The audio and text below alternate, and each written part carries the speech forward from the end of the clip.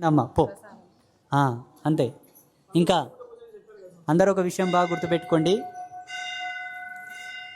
చాలా వరకు మనం చేసేటటువంటి ప్రతి ప్రక్రియ కూడా, ప్రతి విధి కూడా, ప్రతి కర్తవ్యం, ప్రతి కర్మ అంతా కూడా శరీరంతో వస్తాయి, శరీరంతో పోతాయి. ఆత్మగా వచ్చేవి ఏవి లేవు ఈ జగతిలో.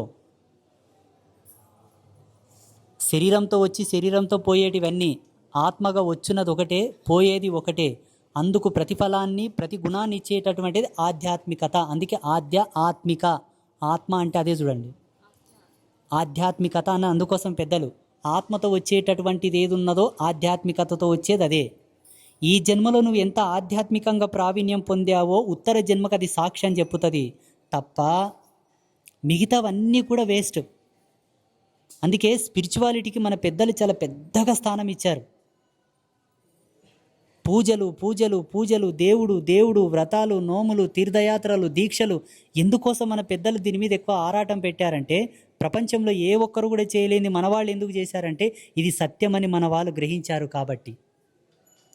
ఇదే రేపటి జన్మకు నీకు సాక్ష్యం చెప్పి పంపుతుంది కాబట్టి. అందుకే దీనికై ఆరాటపడు. ఎప్పుడు కాళ్ళు చేతులు బాగున్నాయా, నువ్వు సంపాదించనికే కాళ్ళు చేతులు గట్టిగా పెట్టలేడు భగవంతుడు నీకు. ఆరాటం అనేది ఆకలితో ఉండకూడదు, సంపదతో ఉండకూడదు. సీమలు కూడా సంపాదించి పెడతాయి పుట్టలో, మీరు ఒక్కళ్ళే డబ్బులు సంపాదించరు. దాని పానానికి సీమలు సంపాదించేదే ధనము, మీ పానానికి మీరు సంపాదించేది ధనము. ఆకలి పోరాటం మీకు ఒక్కరికే లేదు, అన్ని జీవరాశులకు ఆకలి పోరాటం ఉన్నది. మీరు అడుక్కుంటే వేసేవాడు ఉన్నాడు, వేరే జీవరాశులకు అడుక్కుంటే వేసేవాడు లేడు, అదే సంపాదించుకోవాలి. సంభోగ ధర్మం, సంభోగయాతన, నిద్రయాతన మీకు ఒక్కరికి లేదు. నిద్రయాతన, సంభోగయాతన అన్ని జీవరాశులకు ఉన్నది. మనం చేయవలసింది ఏంది? ఈ జన్మ ఎత్తిన తర్వాత మనం పొందవలసింది ధార్మికతనే, ఆధ్యాత్మికతనే. ఇవి తప్పిస్తే వేరేవేవి లేవు. అవన్నీ శరీరంతో వచ్చి శరీరంతో పోయేటివే. నీవుగా తెచ్చుకున్నది ఏమున్నది? పోయిన జన్మలో నువ్వు ఎంత ఆధ్యాత్మిక ప్రావీణ్యం పొందావో ఈ జన్మలో నీకు ఈ స్థితి వచ్చింది. ఇప్పుడు జర మెరుగుపరుచుకో. ధనమునకు లోపం వచ్చిందా? పోయిన జన్మలో నువ్వు ఐశ్వర్య కళలకు సమన్వితమైనటువంటి పూజలు చేయలేదు. ఏమిటి ఐశ్వర్యానికి సంబంధించిన పూజలు? దానికి ఒక సెక్షన్ ఉంది, దానికి ఒక చాప్టర్ ఉంది. ఈ జన్మలో నువ్వు బంధుత్వాలు నోచుకోలేదు, ఏకాకివై పుట్టావు, ఎవడు లేడు. పోయిన జన్మలో ఏదో నువ్వు పూజ చేసిలేవు, ఈ జన్మలో గతి పట్టింది. ఇది ఈ జన్మలో అది ఫుల్ఫిల్ చేసుకో.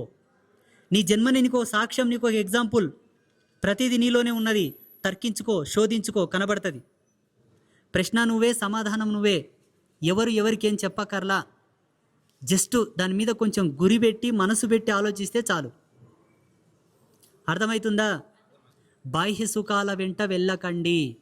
బాహ్య సుఖాలన్నీ మాయమైపోయేటివే. అంతర్సుఖమే సత్యమై నిన్ను ఈశ్వరుని చెంతకు పంపించున్నది కాన అంతర్సుఖమే సత్యం. ఏంది అంతర్సుఖం అంటే? ఆధ్యాత్మికత. ఆధ్యాత్మికతనే అంతర్సుఖం అంటే. దీపం పెట్టి అగరబత్తులు ముట్టించేది ఆధ్యాత్మికతనా? అవును. అదొక పార్ట్. గడియారంలో సెకండ్ల ముళ్ళు, నిమిషాల ముళ్ళు, గంటల ముళ్ళు, ధూపదీప నైవేద్యాలతో మొదలు పెడతాం మనం పూజలు. అది ఏ చివరి స్థితి వరకు తీసుకెళ్తుంది. అన్నీ కలుపుకొని ఆధ్యాత్మికత. అది గుర్తెరగండి. రేపటి నాడు ఎవడన్నొచ్చి పూజలు చేస్తే ఏమొస్తుందిరా అని అన్నాడు అనుకోండి, ఏమి రాలేదని నువ్వు అడుగుతున్నావు, ఏమి తీరలేదని నువ్వు అడుగుతున్నావు అని చెప్పండి. అప్పులు తీరలేదు అంటాడు అనుకోండి, అప్పులు చేయమని శాస్త్రంలో లేదు. భగవంతుని యొక్క లా సిస్టంలో అప్పు చేయమని లేదు అసలు. లేని నువ్వు చేసావు, దేవుడు ఎట్లా యాక్సెప్ట్ చేస్తాడు దాన్ని? ఆయన అప్పు చేసిలేడయ్యా,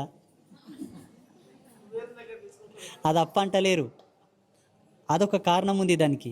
మనకు చెప్పనీకి రాక అప్పు అని దొబ్బుకొచ్చినాం. ఏం చేస్తావు? మీకు అర్థం కావాలని. అది వేరు.